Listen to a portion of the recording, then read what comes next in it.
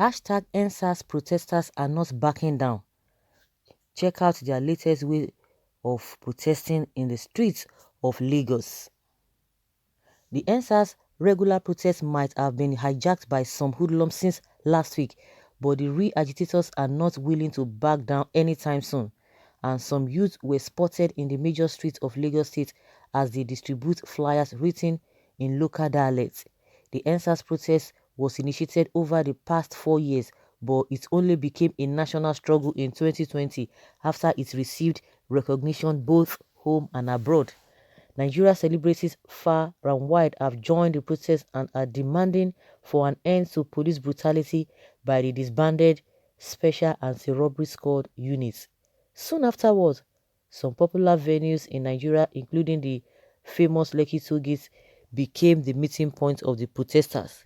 Musicians as well as comedians both converged at the venue to entertain and share their thoughts to the masses. Despite the Inspector General of Police and President Muhammadu Buhari agreeing to the demand of the protesters, the protest still persisted until Lekki shootings happened and the protest subsequently hijacked. Properties and some police stations became the target of the hoodlums, which forced the state government to impose curfew. The curfew imposed has helped in a great deal to calm the situation, even as the spirits of the protesters became broken. Just when Nigerians thought the struggle was over, some youth were seen distributing the flyers in Yoruba language. It's what appears to be another wave of hashtag NSAS protest. Okay. To me, it has Russia because physically a lot of people are not online. Majority of the people are not online, but a majority of people are still online. So it has to be done side by side. But come to think of it, saying that the curfew has been able to calm down the whole thing. No, it's escalated. It escalated a lot of things. It created more problems because if the protest was ongoing and the government is sincere, everything would have been fine because the level of destruction, there was not even destruction at that time because people were just on their own doing their thing. The reason why, because we heard from Ààrẹ Ọ̀nà Kakanfò, even without him saying it, we know what has been playing out and what plays out. The something they did something for the curfew to be imposed, not because it was a natural thing to do. Not that it was a natural thing to do, because these people have been on this protest for close to 2 weeks and nothing, no destruction of any kind. The only thing was that people were not having a free movement because of the kind of attention that this thing gathered.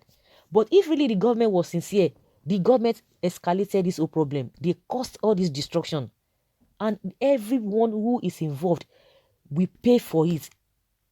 They will think all the money that they've gathered, they think all the money they've gathered is going to help them. A time will come, that money will work against them. They will think now they have succeeded. But believe you me, as God liveth, his spirit liveth, these people will never go unpunished.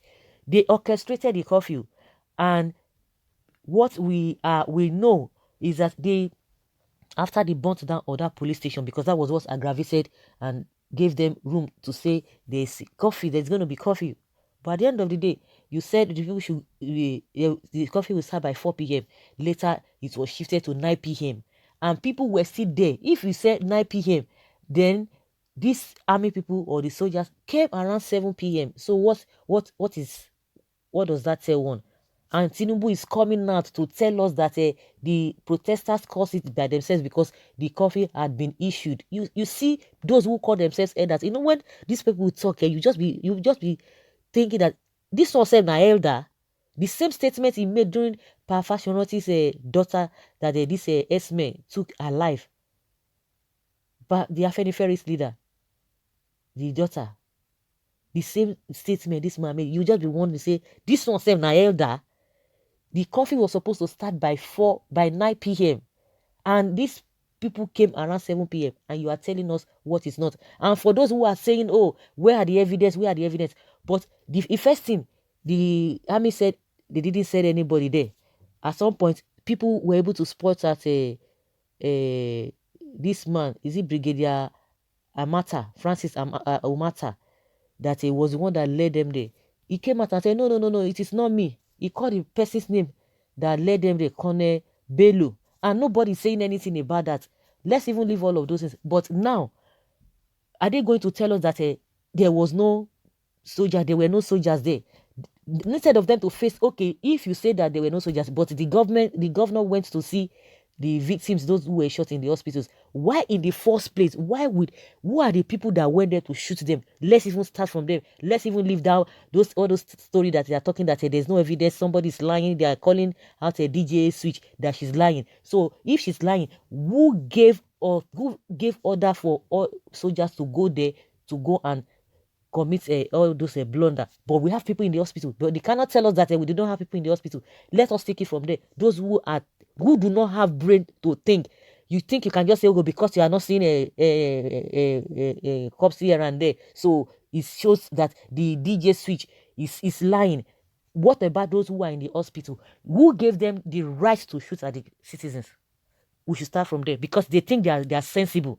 Because, oh my goodness, this country, as for as many that have taken this country backward, that are as many that are keeping people under subjection, making people to cry, making people to wail, you will never go unpunished. You think you are getting away with all of those things in an, I don't even know how to say it, in a way that you never expect. God will just expose you. There will be no fight. There will be nothing. There will be no struggle. You are the ones that will embarrass yourself, just the way they are embarrassing themselves with these palliatives. Who would have thought? Who would have thought? And now, do you know they don't even have shame? They will justify anything. But see, somebody say, this is a public disgrace. It's a public disgrace. Now they do so. A public disgrace that nobody even, it just came naturally. And this whole thing has gone viral. And that is why they are always trying to model up to bring other subjection issue of social media. They will say social media is this. Let them come and tell us that social media is lying about all these policies that we are seeing every now and then, everywhere. Oh my goodness. So if they think that they've succeeded in quenching this whole thing, no, they are just shifting the evil day. They are just extending the evil day. That's just the way it is. They're just extending it. It will definitely come, and it will swallow all of them. Now they are happy. They are happy. Yeah, who are the people saying all of this? Nothing is happening. This and this and that. I didn't travel. I travel. The people that went there, they should be blamed. The people that were shot, they have questions to answer. God will judge all of you.